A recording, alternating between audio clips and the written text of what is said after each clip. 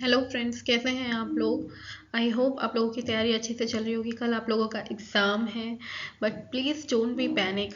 Okay, क्योंकि देखो अब तक आपने जितना भी प्रिपेयर किया है, जितना भी स्टडी किया है, आपने करना वही है वहाँ जाके। अब आपके पास सिर्फ एक ही ऑप्शन है, आप जल्द से जल्द रिवीजन कर लें जितना भी हो सकता है। और ऐसे ही रिवीजन के लिए मैंने क्या किया है कि मैंने अपने टेलीग्राम चैनल पे बहुत सारे क्वेश्चंस की पीडीएफ दी है जो कि आपके हर मॉड्यूल से रिलेटेड है। आई थिंक मैंने लास्ट सेकेंड थर्ड जितने भी है ना सारे मॉड्यूल्स की आंसर क्वेश्चन आंसर बना के उसमें मेरे अपने टेलीग्राम चैनल में डाले हैं। अगर आप नहीं जुड़े हैं तो उस पर जुड़ के वहाँ से पीडीएफ डाउनलोड कर सकते हैं। चलिए अभी के लिए हम सेट 4 पढ़ते हैं। Descriptive question and answer on biochemistry. देखो गाइस, अगर आपने मेरा टेलीग्राम चैनल ज्वाइन कर लिया है तो बेटर है आपके लिए, क्योंकि वहाँ पे बहुत सारी पीडीएफ्स आपको मिल रही हैं और मिलने वाली भी हैं और भी मिल रहे हैं जो कि आपका क्विक रिवीजन में हेल्प करेगा। ठीक है, यहाँ पर मैंने कुछ ऐसे ही क्वेश्चंस लिए हैं जैसे सेकेंड यूनिट और थर्ड यूनिट रह गई थी जो नहीं कवर कर पाई थी मैं थियोटिकली, तो मैं यहाँ पे उनके क्वेश्चन आंसर्स कर रही हूँ। और इसके अलावा और ज़्यादा क्वेश्चन है, आई थिंक 40-50 क्वेश्चन आपको और मिल जाएंगे वहाँ पर अगर आप मेरे चैनल पे ज्वाइन करेंगे। उससे ज़्यादा ही मिल जाएंगे इनके अलावा बल्कि। ठीक है, तो प्लीज़ उसे ज्वाइन कर लीजिए, आपके लिए क्विक रिवीजन के लिए वो बेस्ट स्टार्टअप है। ठीक है, चलिए फिर question number first, what is the primary function of biological membrane in cell. Biological membrane का जो प्राइमरी फंक्शन है वो क्या है कि हमारे जो सेल का इंटीरियर पार्ट होता है ना, उसे आउटर पार्ट यानी एक्सटर्नल एनवायरनमेंट से सेपरेट करने का काम होता है। ठीक है, तो यहाँ पे होता क्या है कि जो बायोलॉजिकल मेम्ब्रेन है ना, ये पासेज जो होता है ना सब्सटेंस का पासेज, उसको कंट्रोल करती है, उन्हें इन और आउट करती है सेल से। ठीक है, जो तरीका से मतलब जिस तरह से ये ट्रांसपोर्ट करती है वो एक सेलेक्टिव तरीके से करती है, लाइक सेलेक्टिव आयंस को, मॉलिक्यूल्स को और न्यूट्रॉन को ट्रांसफर करती है। तो इसके कुछ फंक्शंस हैं, जैसे कि स्पेसिफिक फंक्शन है सेलेक्टिव परमेबिलिटी, मतलब कुछ सर्टेन ही सब्सटेंस है जिन्हें वो एंट्री और एग्जिट प्रोवाइड होती है। सेलुलर कम्युनिकेशन, कुछ रिसेप्टर्स होते हैं जो प्रोटीन्स होते हैं उनको कम्युनिकेट करने के लिए, एक्सटर्नल एनवायरनमेंट से सिग्नल भेजने के लिए, ये सब भी इसी के थ्रू होता है। नेक्स्ट ऐसे compartmentalization, energy production, structure support, cell adhesion और ट्रांसपोर्ट ऑफ मॉलिक्यूल, ये सारे इसमें हमारी मेम्ब्रेन का बहुत इंपॉर्टेंट रोल प्ले होता है। आप एक बार इसे देख लें, और चाहे तो आप अगर आपको नहीं ज्वाइन करना टेलीग्राम और आपको पीडीएफ भी नहीं चाहिए तो आप इसे सीधे सीधे स्क्रीनशॉट लेके भी पढ़ सकते हैं, ऐसा कुछ कंपलसरी नहीं है। Question number 2, explain the fluid mosaic model of membrane structure. Fluid mosaic model क्या है, ये वाइडली एक्सेप्टेड मॉडल है जो कि स्ट्रक्चरल ऑर्गेनिज्म है हमारे बायोलॉजिकल मेम्ब्रेन को उसको डिस्क्राइब करता है। इसको सबसे पहले जो प्रपोज किया था वो थे जे सिंगर एंड जी निकोलसन ने 1972 में से प्रपोज किया था। इस ये मॉडल क्या है ना, ये पोर्ट्रे करता है एक आपका डायनेमिक एंड फ्लेक्सिबल नेचर है सेलुलर मेम्ब्रेन का, उसे बताता है, एम्फोसाइज करता है कि ये मोज़ेक लाइक अरेंजमेंट है with in a lipid bilayer. ठीक है, यहाँ पे इसमें कुछ कुछ चीज़ें आपको इसके फीचर्स दिखेंगे, आप देख सकते हैं। जैसे लिपिड बायलेयर क्या होता है, और क्या कहते हैं, जैसे इसमें लिखा है कि जो लिपिड बायलेयर होता है that is a composed of phospholipid. ठीक है, और वही है, इसमें हमारे क्या कहते हैं एम्फीथिक मॉलिक्यूल्स होते हैं, हाइड्रोफिलिक जो कि हाइड्रोफोबिक और हाइड्रोफिलिक दोनों के साथ अटैच होते हैं कुछ। ठीक है, ऐसे ही काफ़ी कुछ है। ऑप्टिन प्रोटीन, प्रोटीन हमारे integral protein and peripheral proteins present होती हैं through out the lipid bilayer. यहाँ पे बताया फ्लूइडिटी बताया है कि जो लिपिड बायलेयर होता है वो नॉन स्टैटिक होता है instead of exhibit fluidity. Cholesterol क्या होता है, कोलेस्ट्रॉल मॉलिक्यूल्स होते हैं वो इंटरस्प्रेड अमोंग होते हैं phospholipid in the bilayer. Carbohydrate आपको पता ही है often found attach to protein. ठीक है, लिपिड से प्रेजेंट होता है। ठीक है, असिमेट्री, प्रोटीन की यूनिफॉर्मिटी और बताया जाता है। ठीक है, यूनिफॉर्म बताया जाता है या नहीं है दो लेयर्स के बीच, वो सारी चीज़ें आपको इस मॉडल के अंदर पढ़ेंगे। आप इसको थोड़ा सा डिटेल में इसलिए पढ़ लेना क्योंकि मैं अभी आपको इतना ज़्यादा नहीं बता रही हूँ। यहाँ पे मैं सिर्फ आपको क्वेश्चन आंसर्स दिखा रही हूँ ताकि आपके लिए ईजी हो जाए फटाफट रिवाइज करना। Question number 3, how do integral and peripheral membrane protein association with in the lipid bilayer differ. देखो मैंने आपको अभी फ्लूइड मोज़ेक मॉडल पढ़ाया ना, उसमें आपने ये पढ़ा देखा अभी कि इंटीग्रल प्रोटीन होती है और पेरिफेरल मेम्ब्रेन प्रोटीन होते हैं, दोनों प्रोटीन प्रेजेंट होती है। उनका रोल कैसे है वो यहाँ पे कि उनकी लोकेशन के बेसिस पे कि जो हमारा इंटीग्रल प्रोटीन होता है वो फाइनली एम्बेडेड होता है लिपिड बायलेयर में, उसके extending across the hydrophobic core. ठीक है, वहीं अगर आप पेरिफेरल की बात करेंगे तो पेरिफेरल हमारा एम्बेडेड नहीं होता है लिपिड बायलेयर में, बट ये एसोसिएट होता है मेम्ब्रेन की सरफेस पे। ठीक है, और इनका काम क्या होता है ये आप एक बार देख। Question number 4. How do active transport mechanisms such as sodium potassium pump maintain cellular homeostasis? देखो, सबसे पहले तो जो एक्टिव ट्रांसपोर्ट मैकेनिज्म होता है उसमें हमारा जो पंप यूज़ होता है that is a sodium potassium pump. ठीक है, इसका क्या है, इसका मेन रोल क्या है, सेलुलर होम्योस्टेटिस मेंटेन करने में यूज़ होता है। यहाँ पे जो आयंस होते हैं ना सेल मेम्ब्रेन के अक्रॉस मूव कर रहे होते हैं, मतलब उसकी कंसंट्रेशन के बेसिस पे ये जैसे सोडियम आयन और पोटेशियम आयन्स होते हैं जो मूव करते हैं इनसाइड और आउटसाइड ऑफ द सेल। तो यहाँ इस प्रोसेस के थ्रू मतलब जो एक्टिव ट्रांसपोर्ट है इसके थ्रू मेंटेन किया जाता है उनके ट्रांसफर को। ठीक है, जैसे cellular homeostasis, osmotic balance, secondary active transport, ये सारे इसके अंदर वर्क करते हैं। आप इन्हें एक बार डिटेल में पढ़ लीजिए। Question number 5. Explain the difference between endocytosis and exocytosis, please provide example of each.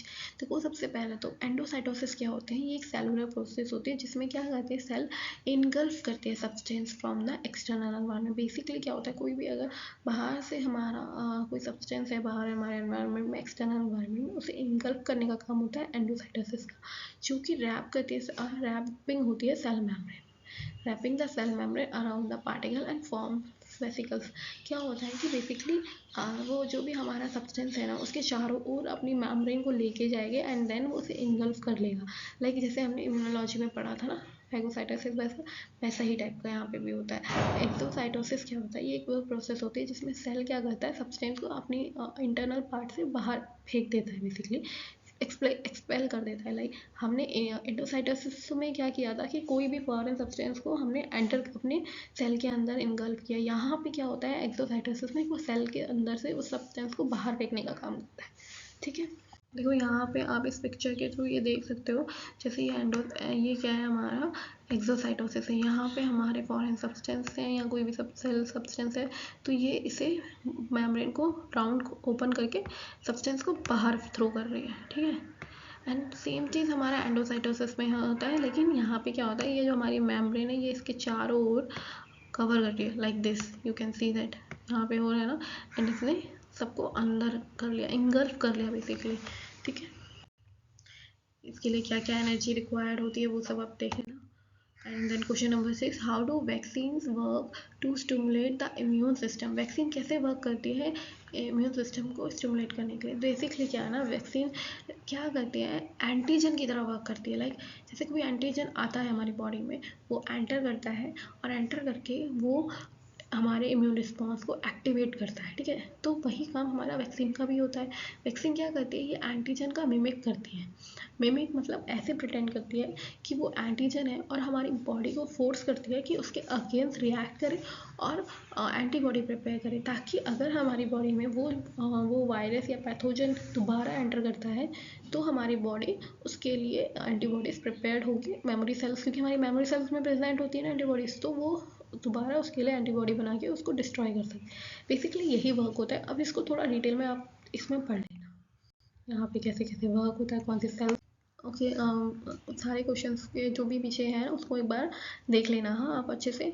यहाँ पे मैं आपको ये बता रही हूँ कि क्वेश्चन नंबर 7 क्या है। क्वेश्चन नंबर 7 क्या है, application of what are the application of quantitative PCR in molecular biology. मतलब हमारा जो क्यूपीसीआर होता है ना उसका एप्लीकेशन बताना है।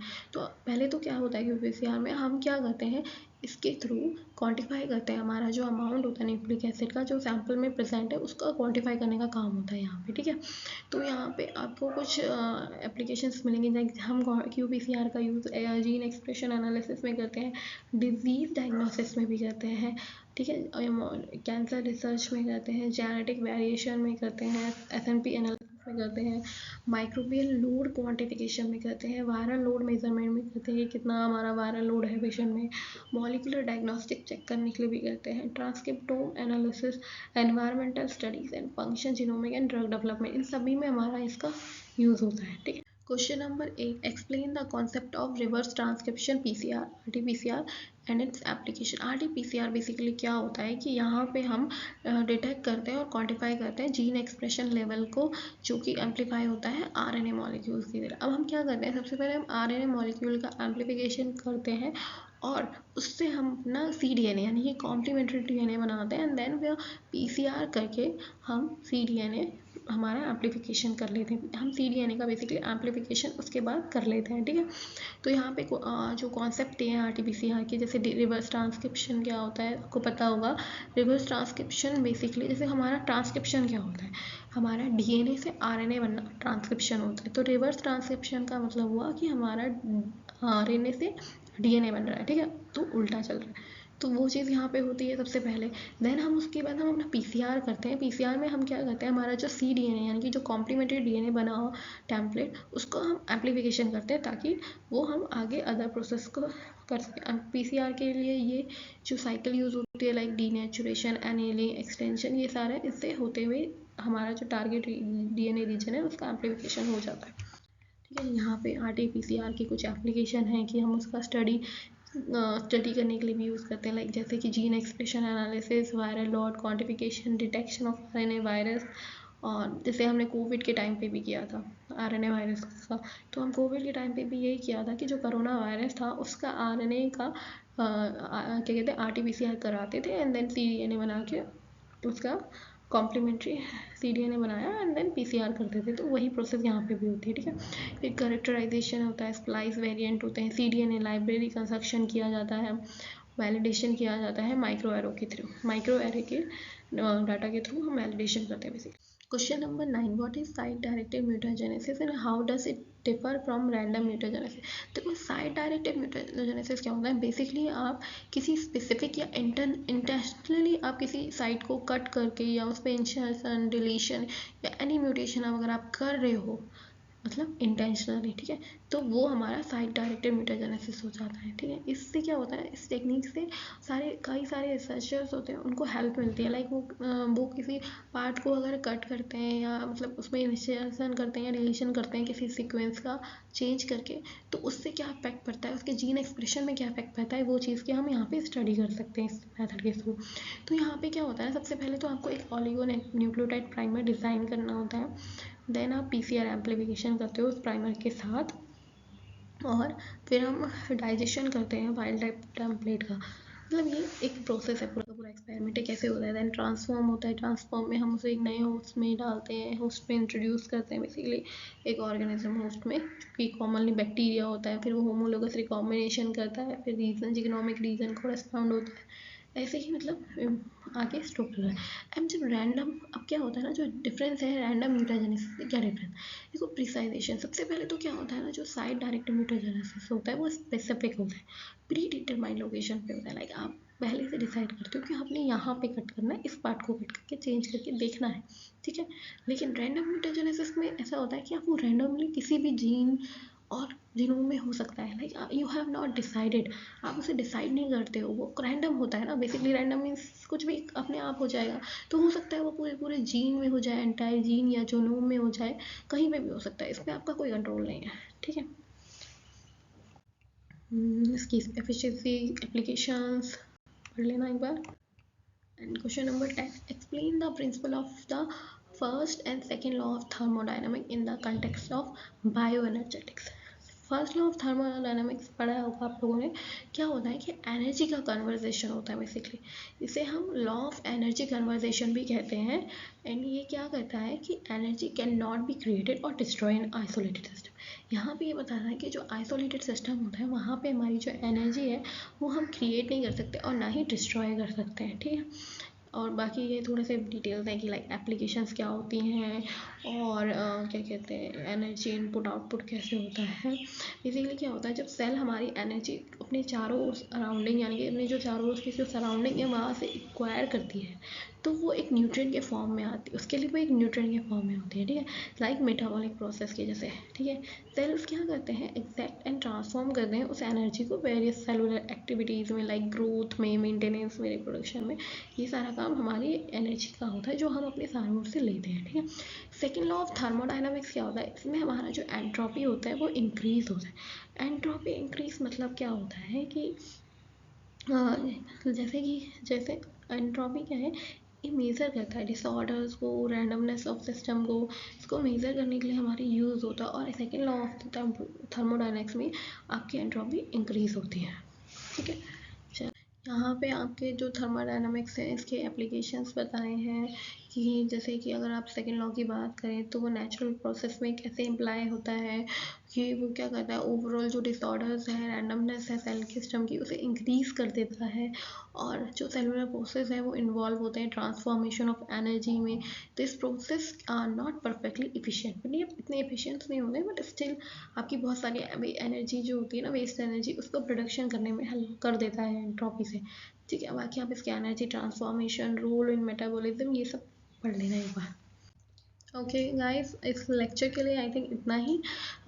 मुझे जितने टॉपिक्स इंपॉर्टेंट लगे हैं मैंने वो थोड़े बहुत यहाँ पे क्वेश्चंस करा दिए हैं, बाकी मैंने टेलीग्राम्स में PDF दी है, प्लीज़ ज्वाइन कर लीजिए। लास्ट मिनट रिवीजन के लिए वो बेस्ट रहेगा आपके लिए, क्योंकि इसमें बहुत सारे क्वेश्चन है, मैंने इसमें आपको बता रखे हैं। आपके लिए क्विक रिविजन हो जाएगा, आपको ज़्यादा डिटेल्स में जाने की ज़रूरत नहीं पड़ेगी। एंड डोंट बी पैनिक, कल आपका एग्ज़ाम है, अच्छे से कॉन्फिडेंस के साथ उस एग्ज़ाम को दीजिएगा। And best of luck guys, bye bye.